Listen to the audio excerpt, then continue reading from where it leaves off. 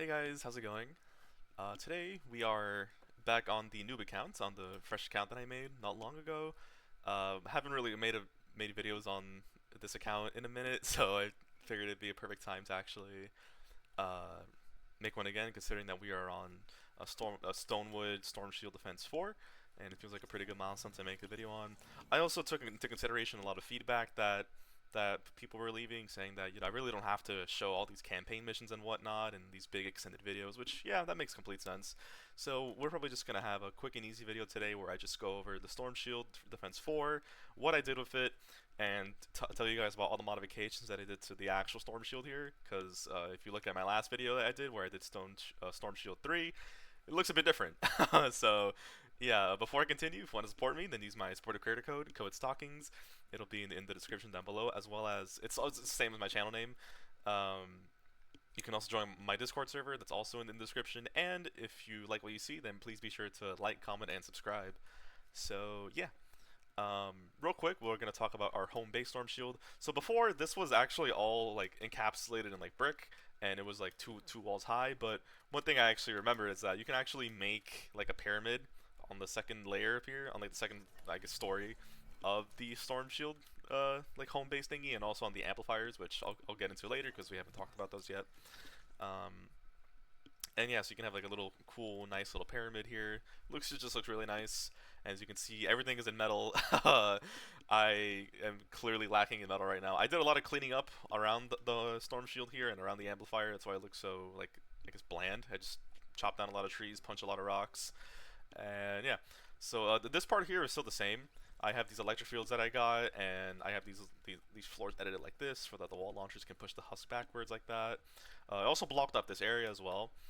This is just like a generic block off for like these natural slopes in the terrain. Just put a stair and an edited floor piece like that, and it should deter the husk from actually getting through this area. Smashers, unfortunately, don't care about this stuff. They will tend to just break right through them, and then it can cause all the other husks to get funneled into this type of block off. So watch out. It's also a bit tricky as well for like when they're multiple on like a multi-tile slope thingy. Like there's two of them here. It works a lot better if there's just one, but if there's two, sometimes it might bug out a little bit, but it's whatever. It should be. This is Stonewood. It doesn't really matter.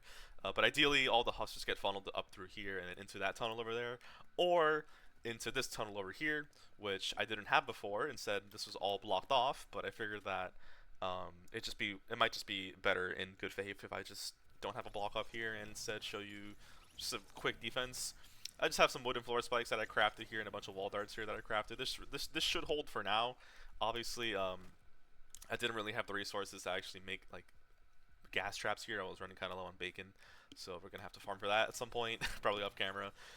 So yeah, that's what I got there. I also did a lot of modifications over here to the south side. Um, so the south side is actually pretty cool. I had like block ops more like closer to the storm shield, but husks were actually trying to break through them.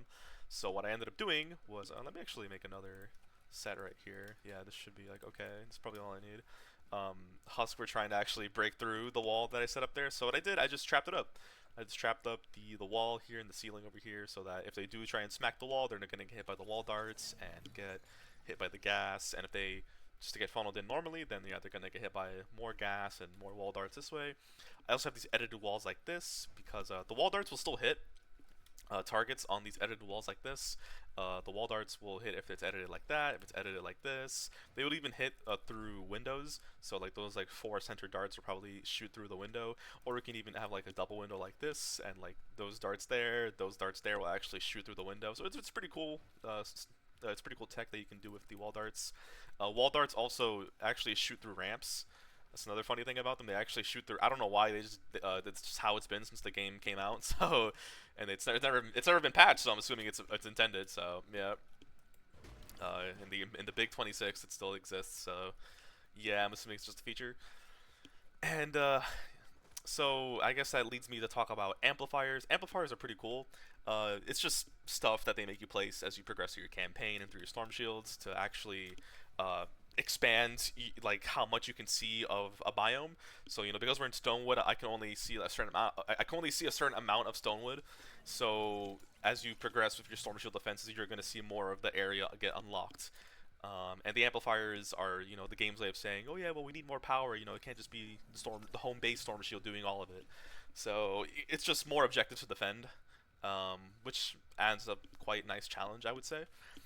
So on this amplifier over here to the west, what actually happens is that the spawn that would happen for the home base storm shield here to the west is now gone. So now from now on, the home base storm shield will only get attacked from the eastern side over there and the southern side over here. And there is an amplifier that we can also put there on the southern side that I'll probably get into later, which actually just shuts off the spawn from the southern side happening as well. So home base can only get attacked from the east, which is pretty cool. So that's pretty nice. And yeah, but for now we have this amplifier only, so the west gets cut off. But of course, because we have an amplifier, the Husks are gonna attack this amplifier now instead of the home base storm shield. So this one splits into two areas. It's pretty cool actually. I mess with it a lot. It splits into two.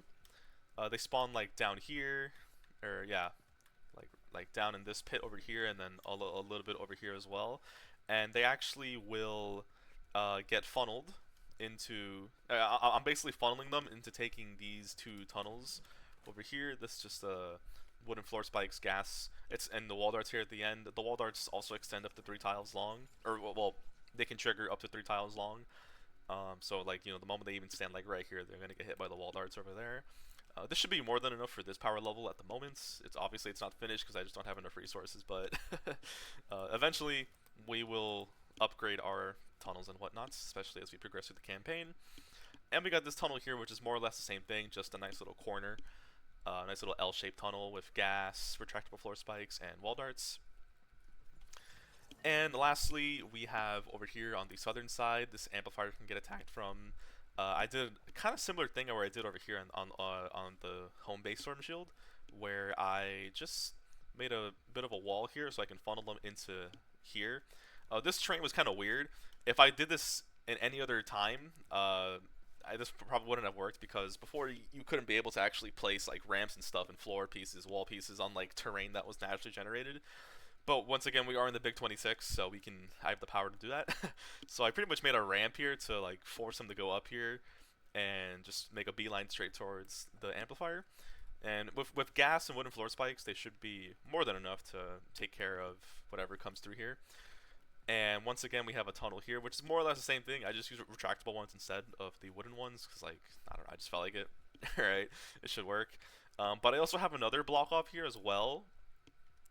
Like this, what I was showing before with the over there on the eastern side of the home base storm shield. If you just have like a ramp and an edit for like this should deter most husks, if not all, that aren't like smashers to actually come through here. Sometimes the range ones will try and like point blank attack the ramps and try and get through to get like a cheeky angle on you, but it's fine. We'll just kill them if that's the case.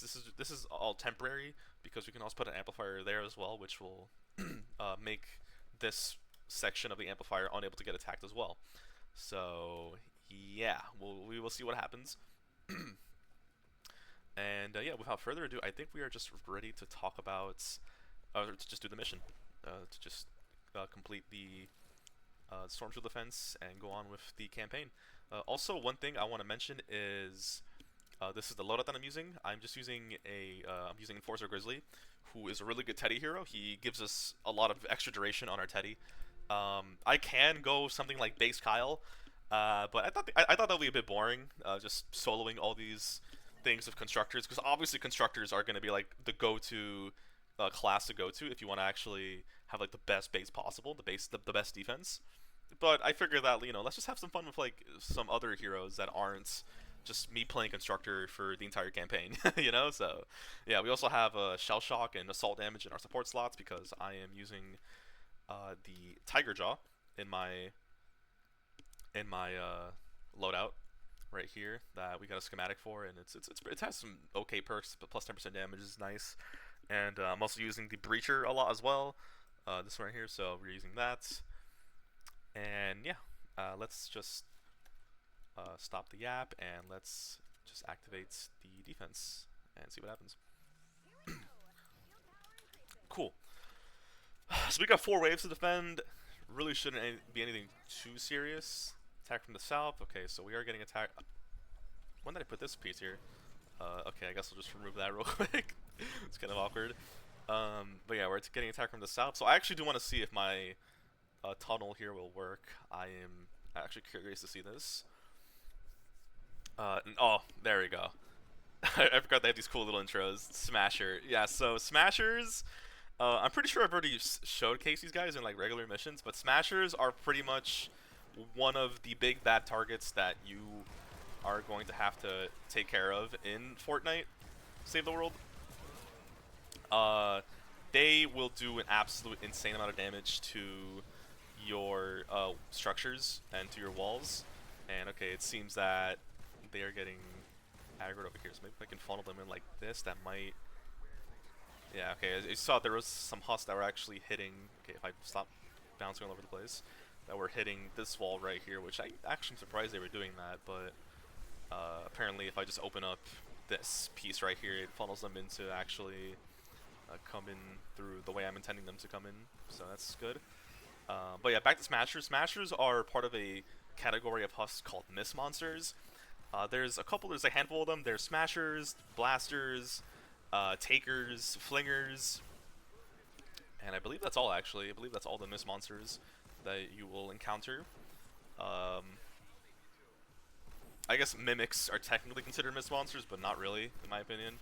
But yeah, our tunnel's doing pretty good. And we have Teddy here to help us out with some defense. But yeah, Mist Monsters are pretty much like enemy number one. Every time you see a Mist Monster, they usually are just bigger than the other husks. They have more unique sound effects. They are just more scary in general. And Smashers are one of them, and they have a unique thing, a unique trait where they just like how the name intends, smash through walls. They will usually let out like a big roar right before they're close to an objective or close to like a certain amount of walls that they just want to run through, and then they will just start charging and probably break the wall if it's not upgraded slash reinforced by like a base or something. So yeah, we definitely gotta take care of Smashers whenever we see them. And yeah, so now Amplifier A is getting attacked from the south, which, you know, luckily we set up some stuff here to handle this. I actually also want to see if this block off will work. And yeah, I really haven't also felt the need to use my gadgets. I guess I could when the wave spawns, that it wouldn't hurt. Also, yeah, we actually have a pretty good vantage point here. I don't think I can place Teddy this far high, can I? Yeah, I can't, unfortunately. I mean, I could just like stand over here. Yeah, I can actually stand over here and put Teddy down here to do some damage, which would be pretty nice. But I also do, of course, want to see the tunnels work, so I think I will just let the husks spawn and see if my tunnels will actually work. My defender is also kind of selling right now, I'm not gonna lie. However, I mean, she's doing pretty good actually. Yeah, no, that was disrespectful. She was actually doing pretty good. And judging by the pathing of these husks, they seem to be going the direction that I want them to, so that's good. Yeah, we got some going up through there. We got a couple going up through there. Yeah, so that's pretty much exactly what I wanted.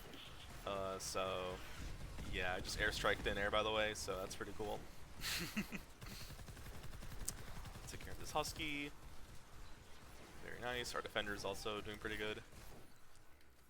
And yeah, I actually do want to see if the husky will survive the tunnel or not. So let me phase over here, take a peek. I probably will have to, well, if the floor spikes don't hit this thing. Oh, okay, cool. Yeah, the wall. I put wall darts here too. Yeah, the wall darts and the floor spikes are able to take some nice, take care of the husky pretty nicely. As you can see, the wall darts are pretty good. They hit from, like I said, like from 3 tiles, like long is their activation, like window, and they do really good burst damage. They can, I believe they can actually reach up to 6 tiles long. Correct me if I'm wrong, any veteran players, but I'm pretty sure their activation range is like 3 tiles, but they can actually fly up to 6, which is pretty nice. So yeah, keep that in mind. And yeah, just a pretty chill defense so far. Really nothing serious. Oh, what the heck? I didn't even. Right as I'm talking, there's just a random husky that gets through there. That was 1 HP.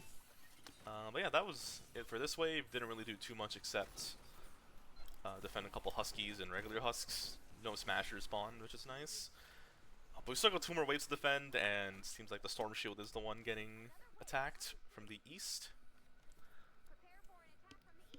Gotcha, yeah, so this is actually also good because we're getting a nice showcase of all of our tunnels and all of our funnels, so I can see if they're actually working or not.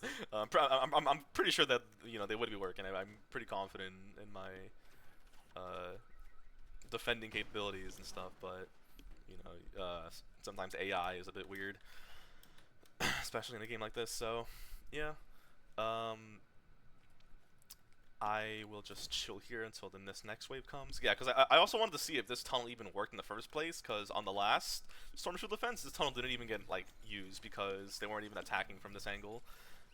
But now it is. So yeah, we actually got a bit of a longer defense here, 2.5 minutes now instead of the 2 minutes. But we have Teddy, and yeah, it seems that they are getting funneled in here. They are taking good damage there from the wooden floor spikes and the wall dart combos. Whatever Teddy doesn't kill should get cleaned up by the traps that we set up here and our defender, of course. And yeah, that pretty much works exactly how I intended it to. They're gonna get launched backwards and take damage from a ceiling electric field up here. We also got the airstrike coming in. Actually, I see a pretty good spot to set it up right here. When it comes up, like okay, well yeah, like right here will be pretty good. It's a nice little clump of husks that we can eliminate pretty quickly. These guys as well, those are the zappers. They have like a bunch of names. I'm pretty sure the official name is Zapper. That's like their official name, but people call them cowboys, gunslingers, or you can call them. I'm messing on my words. I'm sorry. I'm stumbling on my words. You can call them address me as well, because that's what they kind of force you to do whenever they start shooting at you. So yeah, but I think tonight is a full moon. I'm pretty sure that they have that skin when it's like a full moon outside or something. So I guess tonight's a full moon. So that's cool, I guess. So yeah, but it's just a reskin of the exact same husk, so no need to get scared when you see it or whatever. Oh yeah, we also have Seismic Smash. I really haven't showcased Seismic Smash much, but it's a pretty fun ability. It just sends a nice little shockwave through a crowd of husks. It does really good damage, has really high impact, can pretty much knocks anything back that doesn't get killed by it. Like on Huskies, for example, Huskies are usually tanky enough to tank a Seismic Smash, but as you can see, they get pretty staggered and knocked down to the ground whenever they get hit by it. And yeah, this Husky might get through. I actually want to see if this wall launcher will knock him back. Yeah, cool, perfect. Yeah, perfect. Yeah, that's exactly what I wanted to happen. If one of them gets through because this one's reloading, then we got the other one here. It's pretty much alley-oop it, which is pretty nice. And yeah, that was this Storm Shield, or this wave. Oh, lobbers. Okay, so that was a lobber.